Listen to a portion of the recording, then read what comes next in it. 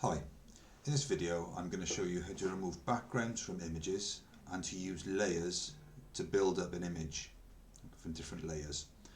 So the first thing I'm going to do is to open up my fields image that we worked on last lesson in lesson 1.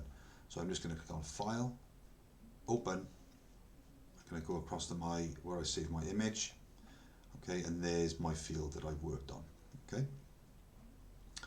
Next thing I'm going to do is to open up my dinosaur, because I've got a T-Rex image that I'm going to have coming out from behind this bush.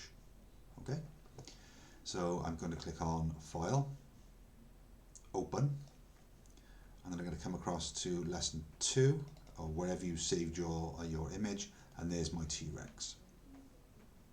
Now there's something you need to be aware of when you're working with images. So the first thing, if I go into Highlands Park, you can see down on the layers, you always need to check for this. So if you check on the layers, you can see at the bottom that there is no padlock on this layer. This image is not locked. So I can do anything I want to this image.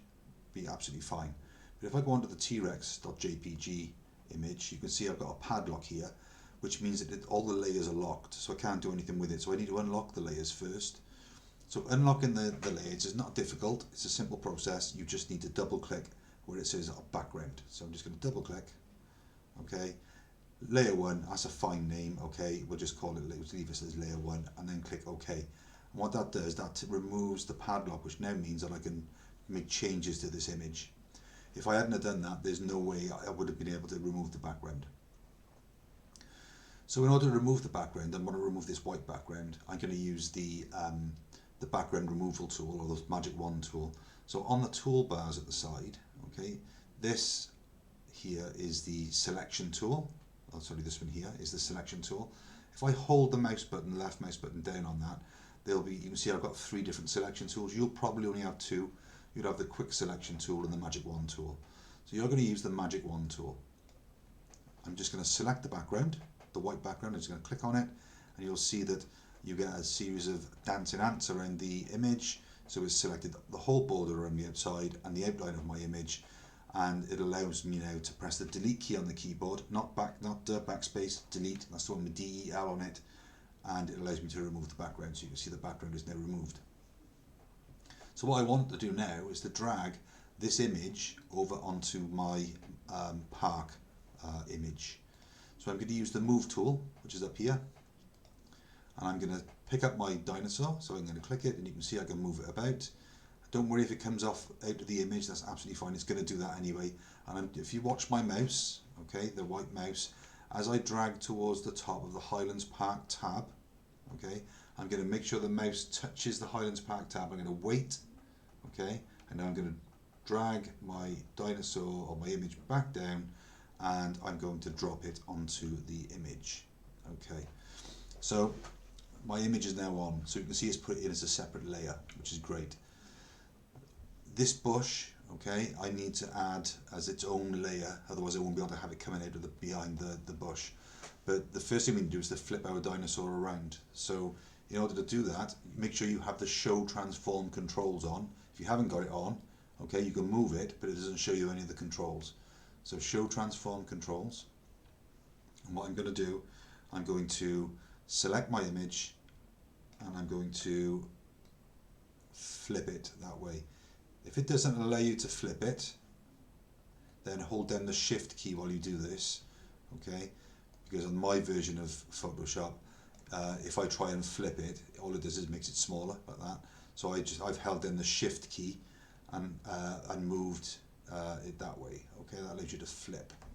Now, an interesting point, and something you probably will get stuck on, any change you make to an image, okay, any resizing, you have to confirm the changes. So you can see at the top here, I've got this one, which will return it to how it was, okay, cancel the transform, and this one that will commit to changing that, okay. So I'm going to press the tick to commit the change, and now I can move forward with my image.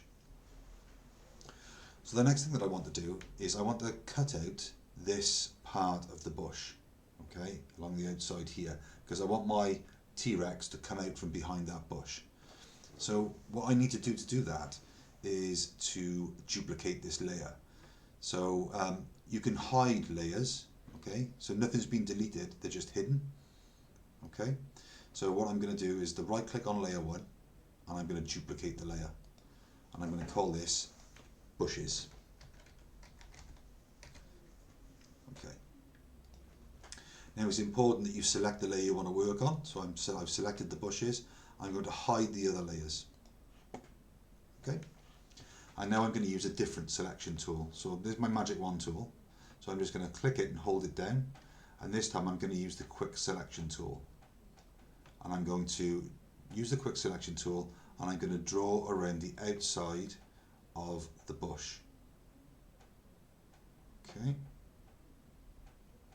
now if there's a bit of area that you don't want, that's no problem. If you hold down the if you look at my cursor, you can see that it's a plus at the minute, which means it'll add to the selection. If I hold down the Alt key on the keyboard, you can see that changes to a minus, and I can remove bits that I don't want. So say for example I didn't want this bit, then I could remove that, like that. Okay, great.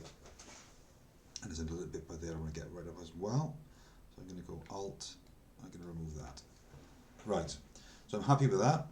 However, if I delete this, what it's going to do is delete this background. Let me show you. If I press delete, it's going to delete that background. That's not what I want. I want to delete the other part of the image. So I'm going to undo that and bring it back in. What you need to do is to select the inverse of what you've selected. So you're going to go onto the select menu and select inverse. So watch the dotted line when I click inverse. Okay, it's now changed from around here to around here. Alright, and now when I press delete, it deletes the rest of the image that I don't want. So let's bring this layer back on. So it's perfectly lined up with the other image. That's fine. Let's bring up my dinosaur. And if I want to try and move it behind the bush, I'm just going to click it. Going to click my dinosaur and try and move it behind the bush. Oh, well, it's not going behind the bush. Why is that, Mr. Webb? Well, the reason why that's not going behind the bush is because we haven't moved this layer. So all I'm going to do is move this layer. So I've clicked on the bushes layer.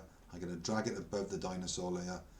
Okay, and now when I move my dinosaur, you can see that it's now moving behind the bush.